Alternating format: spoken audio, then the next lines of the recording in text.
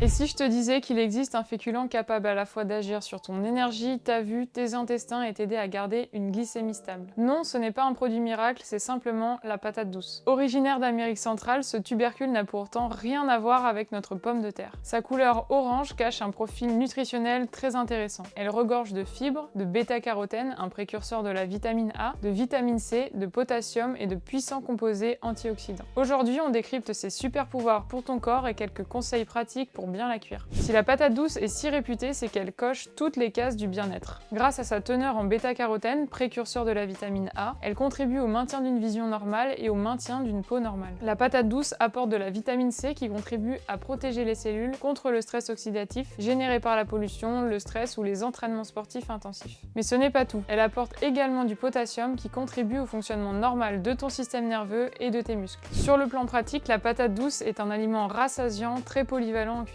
Elle possède un profil en micronutriments bien plus riche que la majorité des autres sources d'amidon comme les pâtes blanches ou le riz blanc. Cependant, il y a un secret que peu de gens connaissent. Son mode de cuisson peut également influencer sa réponse glycémique. Une cuisson à la vapeur ou à l'eau entraîne généralement une réponse glycémique plus modérée qu'une cuisson longue au four, même si elle dépend aussi de la variété de la patate douce et du repas dans son ensemble. Au contraire, une cuisson prolongée au four peut augmenter son index glycémique en rendant son amidon plus facilement digestible. La friture augmente la teneur en matière grasse et donc la densité énergétique de la patate douce. Privilégie la cuisson à la vapeur si tu recherches une réponse glycémique plus stable et le maintien du profil nutritionnel de la patate douce. Un petit point de vigilance tout de même, la patate douce a beau être excellente pour la santé, ses bénéfices dépendent toujours de ta portion et de ton contexte alimentaire global. En grande quantité, elle reste une source importante de glucides. Si tu es atteint de diabète ou si tu suis un régime strict pauvre en glucides, il est nécessaire de surveiller tes portions, en lien avec les recommandations de ton médecin ou diététicien nutritionniste. En résumé, la patate douce est un super féculent à intégrer dans tes assiettes, de préférence cuite à la vapeur et associé à de bonnes protéines et des légumes verts. Et toi, comment tu préfères cuisiner la patate douce au quotidien? Dis-le moi en commentaire. Si la vidéo t'a aidé à y voir plus clair, n'hésite pas à liker et abonne-toi pour ne rater aucun décryptage nutrition.